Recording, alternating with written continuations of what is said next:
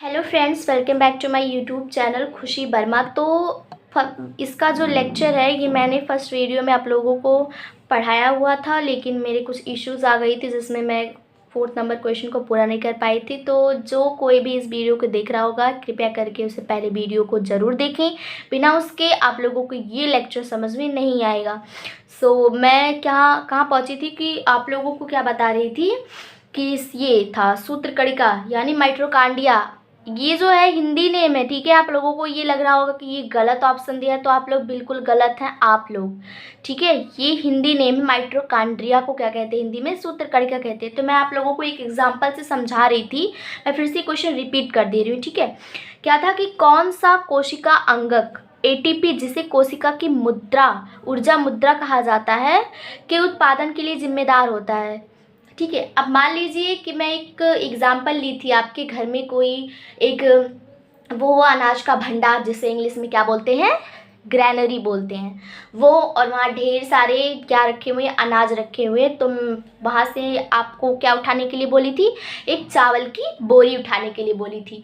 तो मैं चावल की बोरी को क्या कंसीडर करती हूँ कि वो क्या है? एक माइटोकॉन्ड्रिया है, ठीक है। अभी मुझे ये ऑप्शन नहीं पता है, मैं आप लोगों को सीरियल जैसे यहाँ उल्टा से, जैसे ये जो है ये क्वेश्चन जो पूछ रहा है वो एकदम टॉप लेयर से क्या लेके आया है, एकदम डाउन लेयर तक लेके आया है। लेकिन मैं आप सबको क्वेश्चन के डाउन लेयर से टॉप लेयर तक लेके आ रही हूँ, जिससे आप जब आपको ये थ्योरी पता रहेगी ना, तो आपको चाहे यहाँ बीच से पूछे या ऊपर से क्वेश्चन बना के पूछे या नीचे से डायरेक्ट, यानी क्वेश्चन के लो लेवल से हाई लेवल या मीडियम लेवल तक आपको क्वेश्चन पूछे, तो आपको जब थ्योरी पता होगी तो आप क्वेश्चन कहीं से भी किया जाए आप उसे सही जवाब दे सकते हैं। तो क्या होता है कि जो सूत्रकणिका होती है वो चावल की बोरी, आपको मैंने क्या कर दिया? कंसिडर कर दिया कि हाँ आप ये मान लीजिए।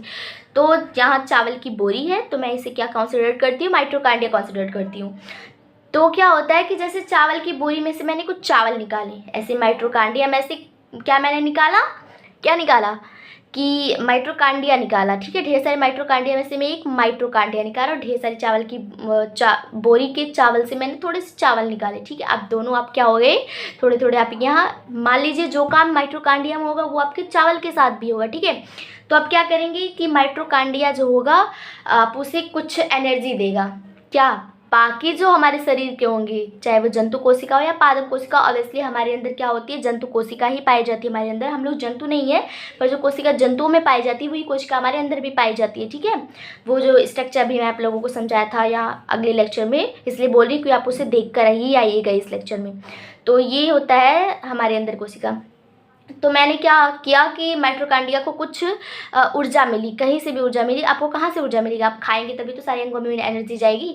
तो वैसे ही मैंने उससे कुछ एनर्जी मिली, और वो एनर्जी क्या हुआ कि अब देखिए उसे एनर्जी मिली तो चावल को भी कहीं से एनर्जी मिलेगी, है ना, ठीक है। तो वहाँ से चावल को एनर्जी मिली। अब क्या होगा कि जो एनर्जी होगी वो बनेगी नहीं डायरेक्ट, अब उसे वो एनर्जी जो माइटोकॉन्ड्रिया को है वो खाने के रूप में गई है, उसे एनर्जी में उसे कन्वर्ट करना है। डायरेक्ट वो एनर्जी नहीं मिली है। आप सभी को एनर्जी माइटोकॉन्ड्रिया से ही आती है, लेकिन डायरेक्ट उसे एनर्जी नहीं देगा कि हाँ आप उसको एनर्जी दी, वो आपके अंदर भी एनर्जी डायरेक्ट ट्रांसफर कर देगा। उसे एनर्जी के रूप में उसे कन्वर्ट करना पड़ेगा।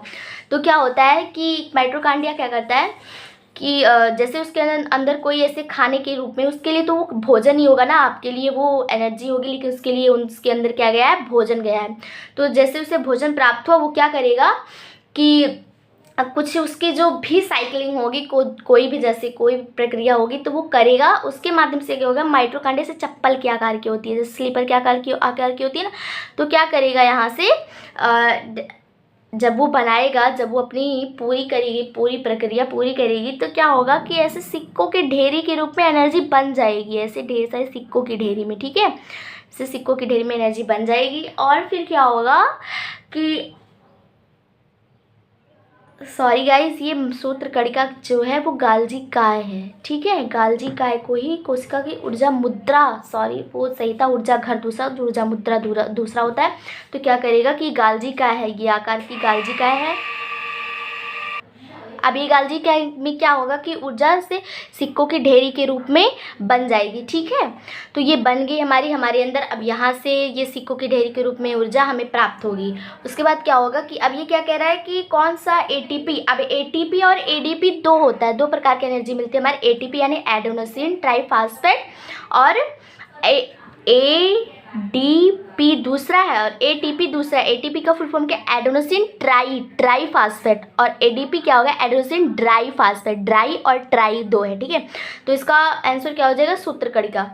अब 5वां नंबर क्वेश्चन क्या कह रहा है कि जीवों की मूलभूत संरचना इकाई क्या है। आप फर्स्ट लेक्चर में जाकर देखेंगे तो इसका आंसर आपको खुद ब खुद मिल जाएगा। क्या होगा इसका आंसर, आप सभी लोग कमेंट बॉक्स में ज़रूर बताएं। मैं इस क्वेश्चन का आंसर नहीं दूंगी बिल्कुल भी, आप लोगों को पता है क्या हो सकता है, इसमें किसी और ने टिक किया तो वो गलत भी हो सकता है। तो आप लोगों के जीवन की मूलभूत संरचना इकाई क्या है, यानी हमारे किसी